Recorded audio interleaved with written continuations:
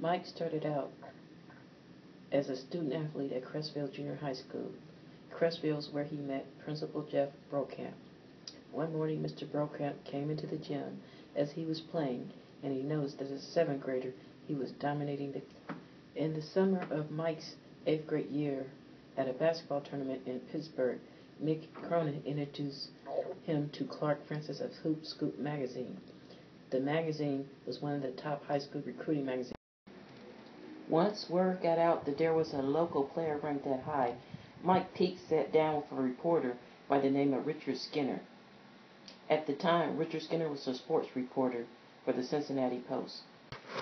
The summer of his freshman year, Mike Peake boarded a plane with Mick Cronin headed to Adidas ABCD camp, which was held in Newark, New Jersey, on the campus of Fairleigh-Dickinson University. Antoine Peake was Mike's little brother, and he excelled at football, but he wanted to play basketball like his big brother, so Mike taught him.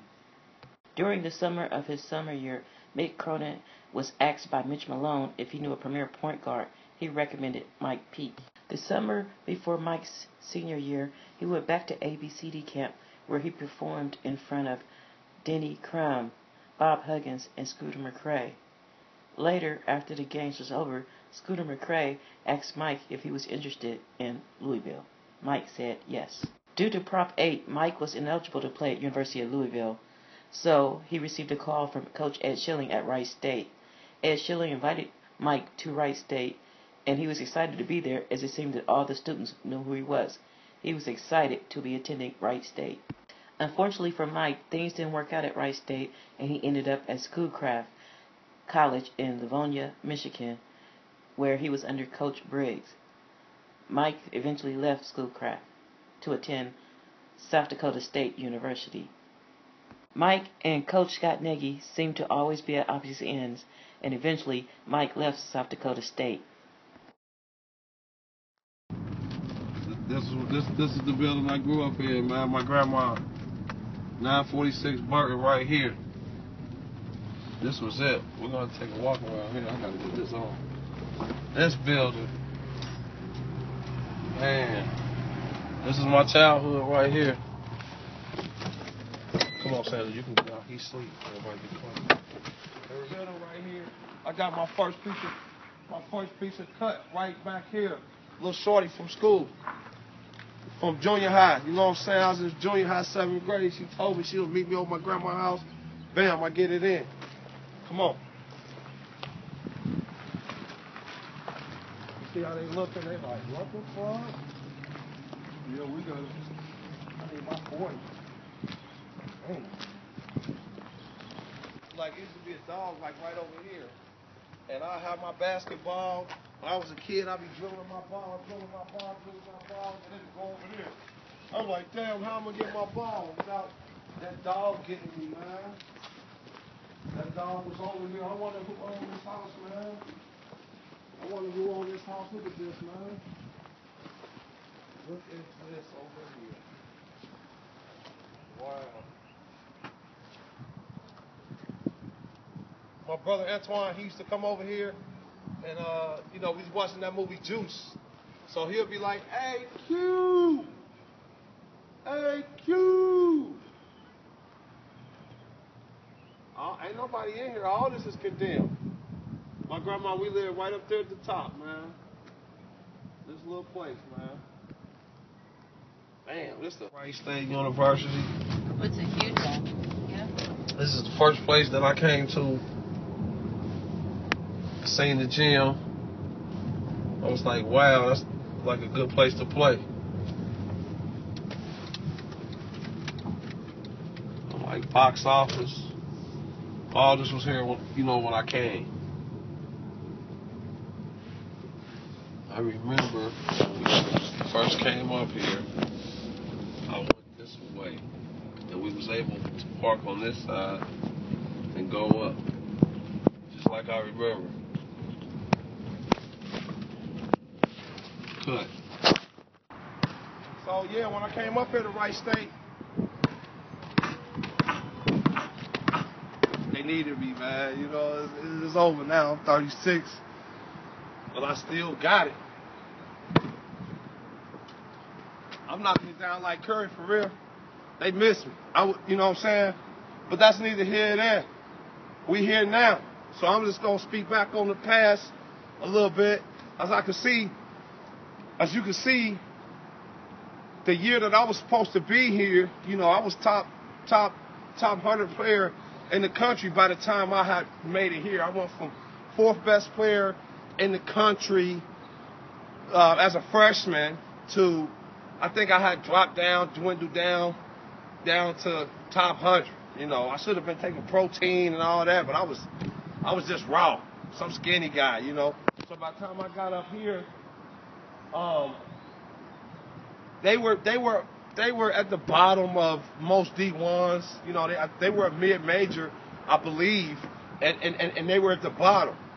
But you know, when I came here on my recruiting visit, this is one of the first places that I came and I met with the coaches. I met with them here, and me and another guy named Marcus Mabin or something like that, Marcus, and they had some pretty good guys that was coming in, and I just think with Coach Schilling, from just the information that I gathered from Coach Briggs, was that, you know, he was trying to, you know, have some kind of Christian basketball team or something like that.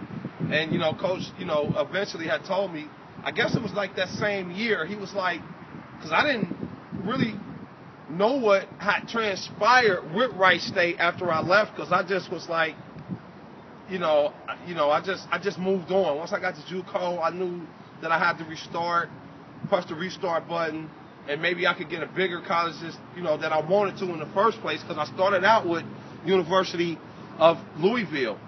And once, you know, Prop 48 was taken away and I couldn't go to Louisville and Prop due to my low test score, Wright State had a program that dealt with kids that had certain learning disabilities. And I think my learning disability was, you know, I wasn't learning at a faster rate because I was in SBH, severe behavior handicap classes,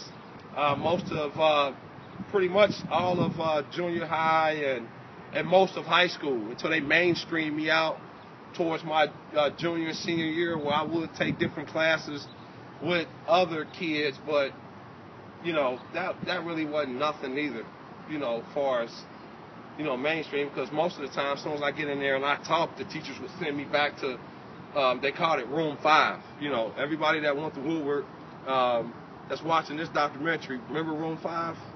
I was in there.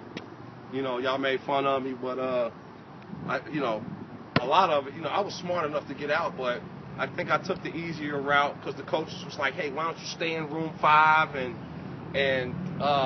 that way you can get the easy grades, you can always stay eligible, and you can just pretty much hang out. So I just pretty much hung out in Room 5 where everybody else was doing schoolwork, and in the end, it hurt me. As you can see, we got a little Tupac going in there, but we got what's the name of this place? Queensgate. We got Queensgate down here, and this is a place where I remember I used to be riding in on the bus right here. This is where they take you in at right here, and then they open up them gates right there. They open up them gates, and then you go in through them double doors right there. You know what I'm saying? That's where you go in at. And I just remember being down here. Here it is right here, Sandra. Yeah, they still got the courts up, man. It's tore down. That's it right there. I'm about to pull right in there, man. Yup.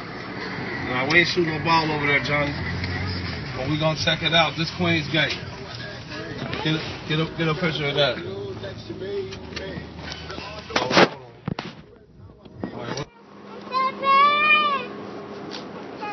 Hold the ball. Don't let him drop that ball. Queen's Gate, man. That's where I was at. You know, I done been check out the floors. I done been on all these floors. The first 2 floors was the work detail floors. Then, you know, I done been on, you know, 1, 2, 3, 4, 5, 6. I think the only floor I wasn't on, maybe I was on 8. Come on. Come on, John. Come on. Walk with me. Been on these floors. I just remember when I was coming in here, I used to feel like my life was over. Like, how did I go from playing ball to, you know, being locked up in this place? Come on.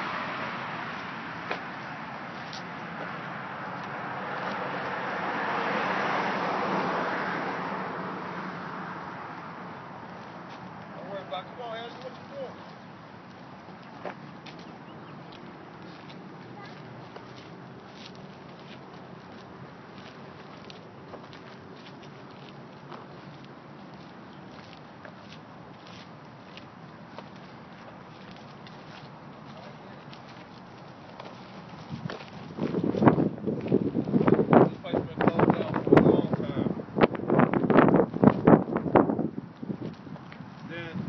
See, you know, people used to pull up right over here.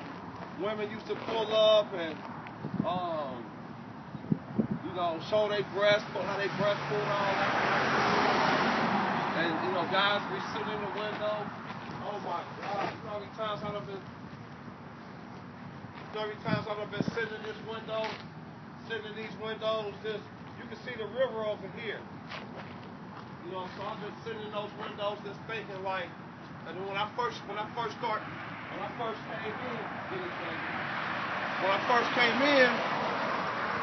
came in here, I used to come in, I was all like, you know, like when I, you know, for my first time being in jail, I was all scared, like, you know, dang, you know, I was scared. I was calling my dad, you know, get me out of here, to being locked up for driving without no license because child support was suspending my license because I wasn't working. I was trying to figure out things. The jobs that I was making was paying me just enough to where I could eat, pay whoever I was staying with a little bit of money to, you know, to cover, and then gas, and then to be able to get back and forth to work. I wasn't able to make a sufficient amount required for them not to suspend my license and lock me up. So I was constantly coming in here.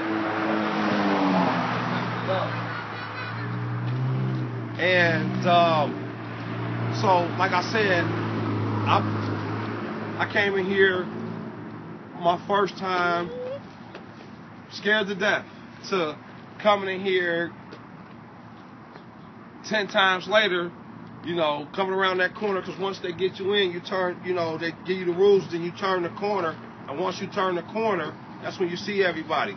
So I would turn that, my first time turning that corner, I was like looking all to turning that corner, looking for my homeboys, like, hey, what's up, my man? Hey, okay, let me put my, and I remember walking to my cell, thinking to myself, oh my God, I'm looking to have a good time in this place.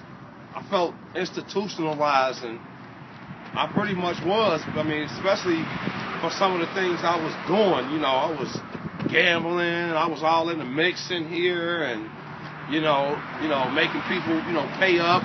I was giving out. I went from looking for a 2-for-1 for somebody to give me something to, I was giving out 2-for-1s and 3-for-1s. But man.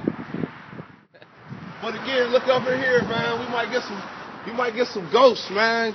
You know, film up there. You know how many times I've been looking out those windows, thinking to myself, like, man, my whole basketball career, my whole life came down to being locked up in here. You know, and then time and time again, just, life just never really was panning out for me. Go ahead and pause. So, so just to come down here and be able to just look back now, just to look back and, I got my associates. I went back. I got my associates.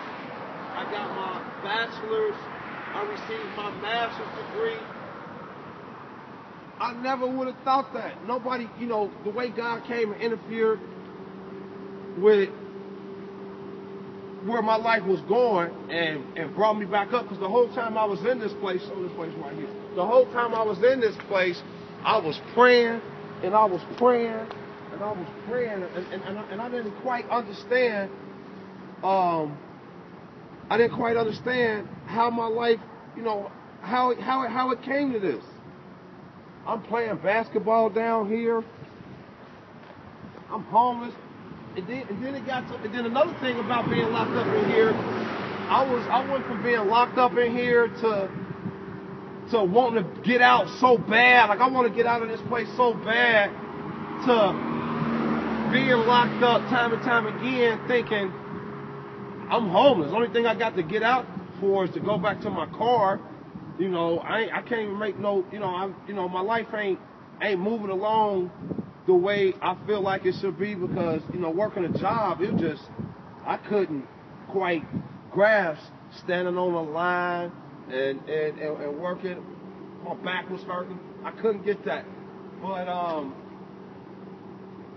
But it went from like just being in this place, and like I said, about being institutionalized, I was happy to be in that place because I had nowhere else to go. I had nowhere else to go.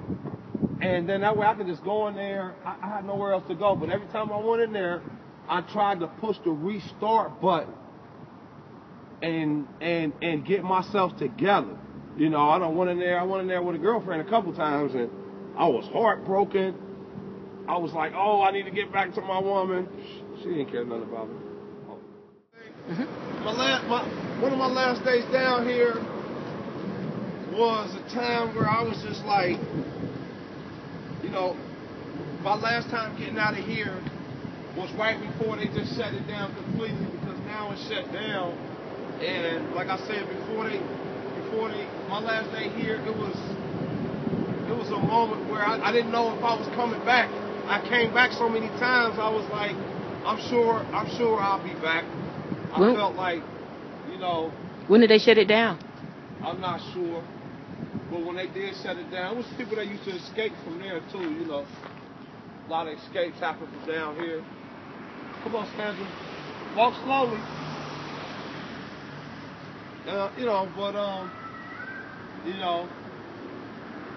That's it. Rolling. See, when I was up in this place, I felt like especially like one of my last times being in here, I felt like, here is me. I'm here, and then here goes life. Life kept going, and I could see life going past me. Life moving on, and like I want to tell you, you come into a place. This is my stepson. Johnny, don't worry about it. This is my stepson, and this thing is what I want to tell you is that life will continue to go on. You'll start seeing your friends with houses, places like this. You're going to start seeing your friends. Because when you come into places like this, life stops. Everything stops. But life outside of here continues to go on. So when you're in a place like this, by the time you get out, depending on how much time you do, you're going to start seeing your friends' life. They're going to start having houses, cars. They're going to get married while your life is not even moving. And then you're going to feel like what happened to you. You're going to start looking for people to blame, but never blame anybody because only you yourself will get yourself in a place like this, So, the best advice I want to tell you is this man makes A's and B's. You want to continue doing that. Because a lot of people start out good kids like this, little babies like this, doing well, and before you know it, you get with the wrong crowd. You'll be in a place like this, shooting hoops, shooting basketballs, trying to live up your own dreams.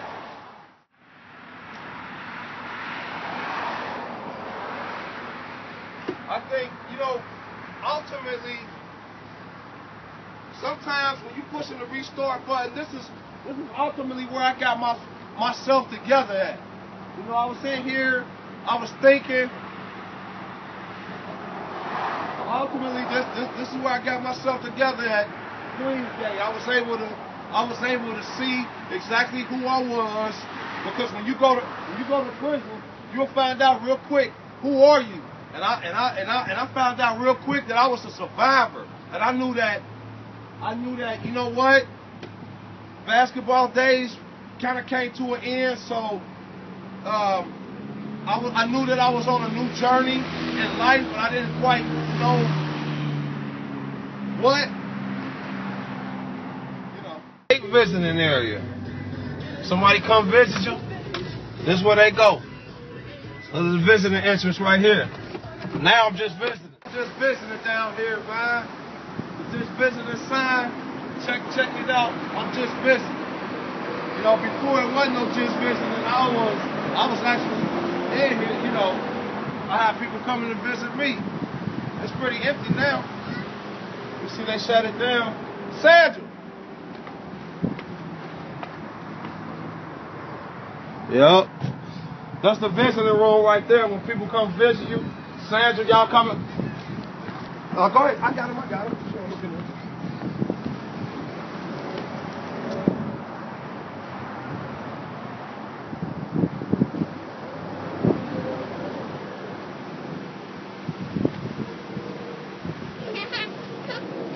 Yep.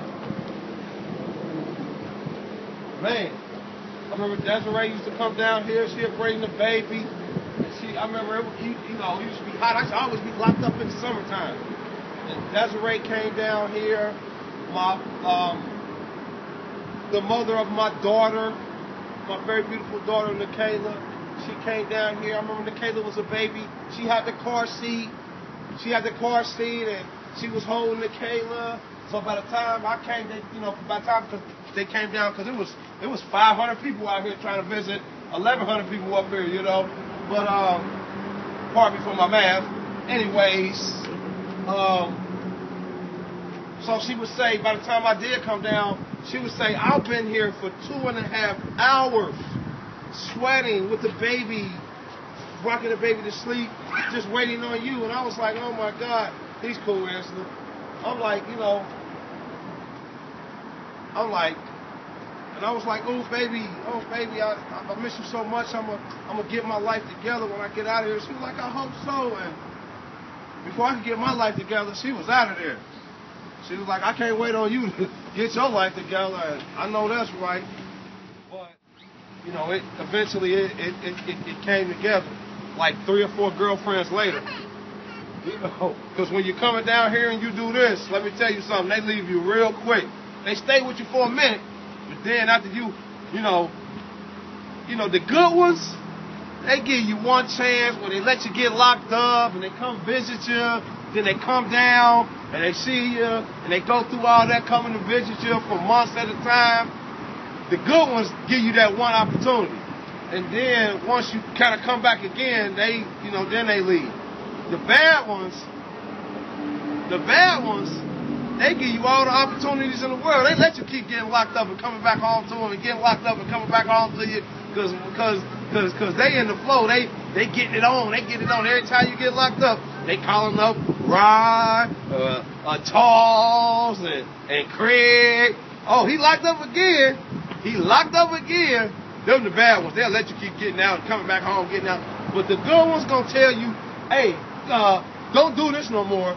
Don't get locked up no more, because I can't do this again. And as soon as you get locked up, they out of there. I picked up a buddy of mine, Donald, and we had some dope fiend was following us in the car behind him. Behind me. So I'm driving. I got a girl in the passenger seat. I got Donald in the back, and there's another girl. So, you know, we get down to like right here. The crackhead lived on that side. I get down to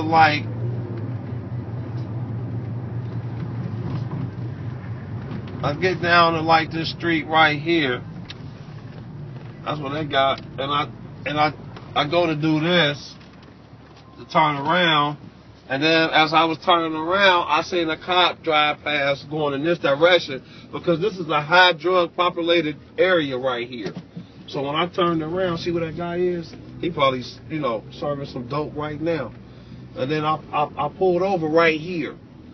But then when I seen the cop go up there, he turned and went down this street. It was like 1 in the morning. So what I did, I decided, look, I'm just going to go. And when I got right here, I seen the cop turning around. So I said, oh, shoot. So I gunned it as fast as I could. Look, 75 north, up there.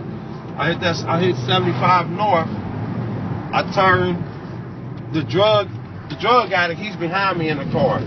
So I get on the highway and I gun it. I'm in a little GO prison. We 4 deep in a little GO prison. We get right here, the cop's on us. He's on us. So he pulls the guy over back there. I'm looking like, okay, is he who he gonna pull over first? He pulled over him. So this time I'm trying to get away. As soon as he pulled him over, he get right back on the highway and he gets to chasing me. So by this time, like I said, I went to jail 1,000 times. Here it is. I'm about to go back to jail again. I had a warrant for my arrest in Claremont County. And I had no license, and I was just in a heavily drug-populated area. I had a weed pipe on me. I wound up getting, you know, they have you in a Busted magazine here in Cincinnati. It's called Busted. So for all the charges that I was incurring, they tried to hit me with fleeing and looting, but I wasn't speeding. I took them on a low-speed chase, and they charged me with failure to comply. And one of the charges that they put in the magazine, in the Busted magazine, was only one charge, and it was not the failure to comply, not that I have warrants out of Claremont County, but the only charge they put in the Busted magazine was drug paraphernalia. And so when I got home, my dad showed it to me, and he was like, "Are you smoking crack?" I'm like, "Damn, smoking crack? That was a weed pipe, homie." And, you know, because most people don't ride around with weed pipes in their car. But the only reason I was riding around with a weed pipe in my car was because I was homeless. That was my home. Now my weed pipe's at home. I still got a weed pipe, but it's at home. Okay. Talbot House, man. Can you get this? Talbot House, Crosswind Center. That's where I was at, man. I was locked up in here, man. I got probation. I wound up, I had caught a case like right after I got finished playing ball. I came home, I was with a buddy, and we was riding. I had some coke. We get pulled over. I get caught with it. I get probation, and I was supposed to be able to be clean. Well, I kept violating. You know, I kept dropping. I couldn't stop smoking weed. So I'm smoking weed, and then they violated me to where they asked me, I violated like my 3rd time, and the judge was like, you can go to prison or you can come to this inpatient place. You know, and I'm just like, you know, of course I didn't want to go to prison, so I agreed to come to this Talbot House, and I'm over here with, you know, all kind of crazies and people, you know, and you know, I wasn't doing the coke. I was actually selling the coke, but I violated for some marijuana, and I couldn't stop smoking that weed. But I'm in here with people that's doing all kind of shit. Come on over. Yeah, my daughter's mom, she would come up here and visit, and this is before we even had a kid. And I remember like my window. I had a window in this place. My window was like right up here, so I could see my daughter's mom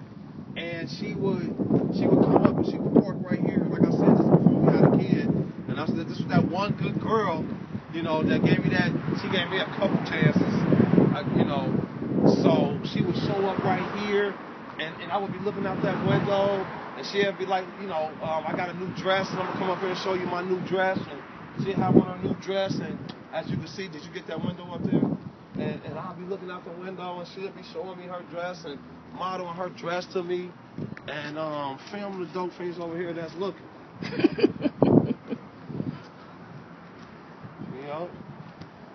Yo, so, you know, and again, this is where I was at. I was locked up in this place, man. Come on, get it out. Just like, hey, I used to be sitting out here just like the motherfuckers over here. They sitting out, you can't even get out. That's all you do is something just like these motherfuckers. All right. I'm up here at CCC. Hey, oh my God. I am actually sitting up here at CCC, you know, filming. It smells like shit out here real bad because next door you got Lebanon, you know, a state penitentiary, and they grow their own food and they got their own cows, and it smells like shit out here. But it's just this is one of the places that it's one of my stops in life. You know, I wasn't getting my child support paid, and Claremont County sent me up here to this CCC program, and I did like I was coming here on a 60-day fast track program for child support offenders. So they send you to this rehab place, and you know, for child support offenders. But it also had drug people that was coming home from prison that had did like 5 years or better. They would send them here first before they let them out, and also sexual predators. They had to come here, and that place over there is Turtle Creek. So, you know, Turtle Creek was also another spot, you know, that they could go. But again, this place here. What was I want to say? I didn't want to get too far away from it. But, yeah, so, just pause it real quick. Okay. So, again, what I was saying was, this place, when they sent me here for my, you know, Claremont County, you know, they said, hey, you got one last stop before we send you to prison. And this is one of my one last stops here at CCC. And it was a 60-day fast track. So once I got here, it was like, once they put me in here, I was only supposed to be here 60 days and gone. And the history of this program, everybody comes do their 60 days and leave. I was the first guy that they made do 75 days. They gave me 15 extra days, maybe because of, you know, my attitude. They were trying to treat me like, treat us like crazy patients in here. And so one of the teachers, they took the teacher out and said he got some kind of personal call or something. So when he left, he actually never came back. I don't know what happened. He never came back. So he went and took some personal call. But a security guard, some little white boy, thought he was all that, and he came in and said, hey, I'm security. I'm going to take over this class. And I'm wondering, how you going to take over this class? So he's taking over the class. He asking me, you know, questions like psychiatrist questions. I'm like, I'm not answering that. And before you know it, I was like, look, I've been taking some Seroquel. Some guy was handing me some Seroquel. I was like, hey, man, this will help you go to sleep. I didn't know what it was. Boom. I pop it. I'm sleeping like crazy. Before you know it, I'm so angry. So, you know, I guess I was hostile towards some of the staff members that was, you know, trying to, I guess I was hostile, so I got the 75 extra days. You recording? Mm-hmm. All right, this is where I came, man, when I first got out of prison in 2009. You know, I came from the hood, living in the hood, to, you know, a friend of mine helping me out. She stayed out this way, and I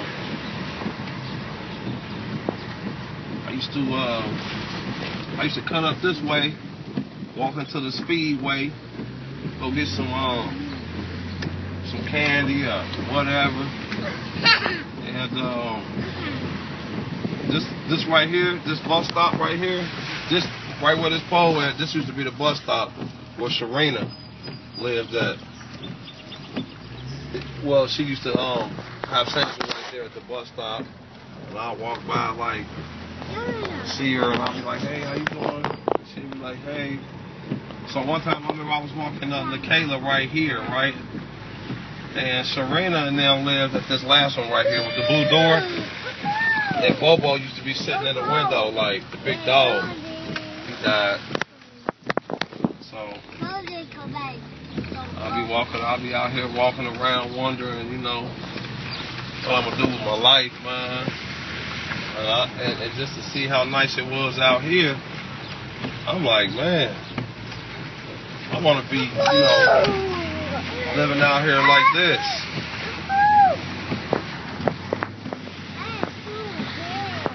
And the place that we lived, there was an old lady that owned this place. She wanted to warm it up egg for it. It was right here. Yeah, 9515. Where I came to.